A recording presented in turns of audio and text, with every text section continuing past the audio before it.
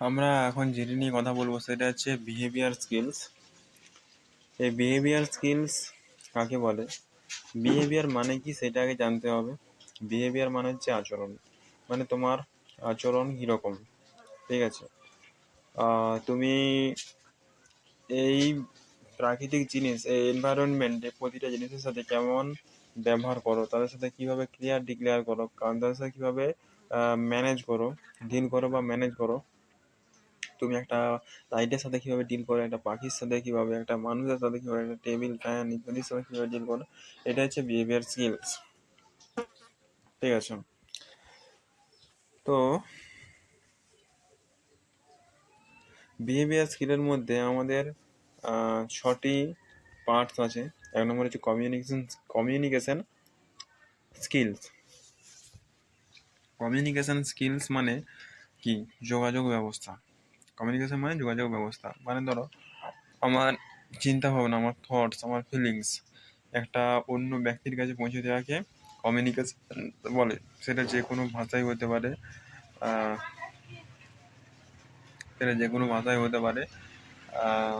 যোগাযোগ ডিভাইসের মধ্যে হতে পারে, যে কোনো ভাষায় হতে পারে। 2 নম্বর হচ্ছে টাইম ম্যানেজমেন্ট। টাইম ম্যানেজমেন্ট কাকে বলে? দেখো বন্ধুরা, টাইম ম্যানেজমেন্ট একটা স্কিলস যেটা সত্যি কথা বলতে টাইমকে কেউ কোনোদিন ম্যানেজ করতে পারেনি। টাইম কখনো কারো হাত ধরে চলে না, টাইম তার নিজের মতো করে চলে। আমরা কিছুই করতে পারবো না টাইমের সাথে। আমরা কি করতে পারি, আমাদের যে দৈনন্দিন কাজগুলো সেগুলো ম্যানেজ করতে পারি।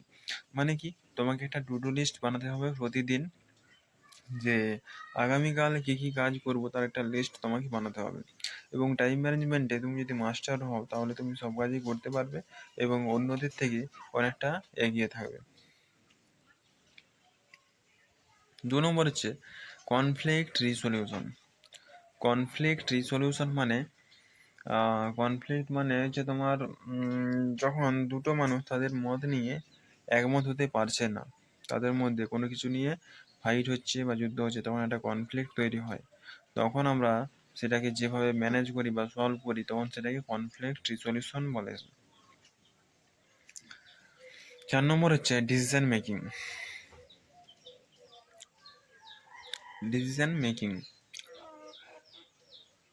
ডিসিশন দেখো,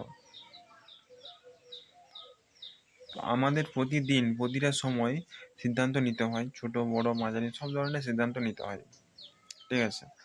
এবারে ধরো তোমার ট্রেন লেট হয়ে গেছে, তুমি ভাবছো লেট হয়ে গেছে, উঠবো কি উঠবো না। লেট হয়ে গেছে, হেঁটে যাবো নাকি কারো গাড়িতে যাব, এইভাবে আমাদের সিদ্ধান্ত নিতেই হয়। এবার সিদ্ধান্ত আমরা কীভাবে নিই, আমাদের ব্রেনে যে ডেটাগুলো আছে সেই ডেটাগুলো বেস করে আমরা সিদ্ধান্ত নিয়ে ক্যালকুলেশন করে সিদ্ধান্ত নিয়ে থাকি, ঠিক আছে। এবারে যেমন ধরো একটা বাচ্চা ছেলেকে একটা হাতি দেখে যদি জিজ্ঞাসা করো, সে কী করবে? কাঁদবে। তুমি হলে কী করবে? কাঁদবে না, ঠিক আছে, কাঁদবে না। তুমি কাঁদবে না। তুমি কী করবে? খুব কাছাকাছি হলে কী করবে? খুব কাছাকাছি হলে তুমি ছুটে পালাবে। কিন্তু বাচ্চা ছেলেটা আর খুব কাছাকাছি হলে সে কী করে ছুটে পালাতো? সে আরও জোরে জোরে কান্না করতো। এখানে দুজনের একই ঘটনা, কিন্তু দুজন আলাদা আলাদা সিদ্ধান্ত নিচ্ছে। একজন জোরে কান্না করার সিদ্ধান্ত নিচ্ছে এবং আরেকজন জোরে কান্না করার সিদ্ধান্ত নিচ্ছে এবং আরেকজন জোরে কান্না করার সিদ্ধান্ত নিচ্ছে এবং আরেকজন কি করছে? ছুটে পালাবার সিদ্ধান্ত নিচ্ছে। তো এইভাবে আমাদের ডিসিশন, ঠিক আছে, হয়। তারপরে যাচ্ছি প্রবলেম সলভিং। দেখো, প্রবলেম ছোট বড় সব ধরনের প্রবলেম প্রতিটা সময় আমাদের থাকে, যেগুলোকে আমরা সলভ করে ফেলি সেগুলোকে আমরা প্রবলেম বলেই মনে করি না, এবং যেগুলোকে আমরা সলভ করতে পারি না সেগুলোকে আমরা প্রবলেম বলে মনে করি। যেমন ধর, তোমাকে যদি বলি তোমার বন্ধুকে ফোন লাগাও, তুমি কী করবে? ফোনের নাম্বারটা ডায়াল করবে এবং ফোন করে কথা বলবে। এইখানে এটাকে প্রবলেম বলেই মনে হলো না, হলো না। তেমনিভাবে প্রবলেম প্রতিটা সময় আসে,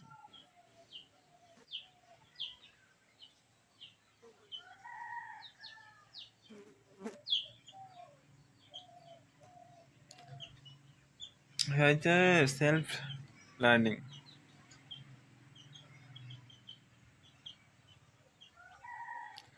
সেলফ লার্নিং মানে ধরো তুমি ইংলিশ স্পিকিং, মানে ধরো তুমি নিজে নিজেই কোনো কিছু শেখাকে সেলফ লার্নিং বলে। যেমন ধরো তুমি উম,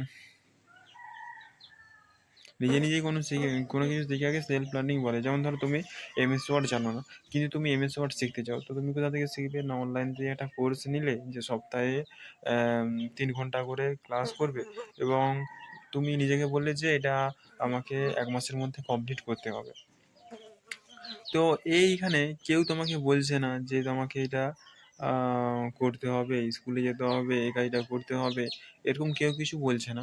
তুমি নিজে নিজেই কোনো কিছু শিখছো, ঠিক আছে? এরকম আরও অনেক উদাহরণ আছে, যেমন সাইকেল চালানো, ঠিক আছে? সাইকেল চালানোটা এটা প্রায় নিজে নিজেই শিখেছি। তারপরে আছে মোবাইল ইউজ, ঠিক আছে? মোবাইলের ইউজ, ঠিক আছে? মোবাইল ইউজটা বেশিরভাগটাই আমরা নিজেরাই শিখেছি, ঠিক আছে?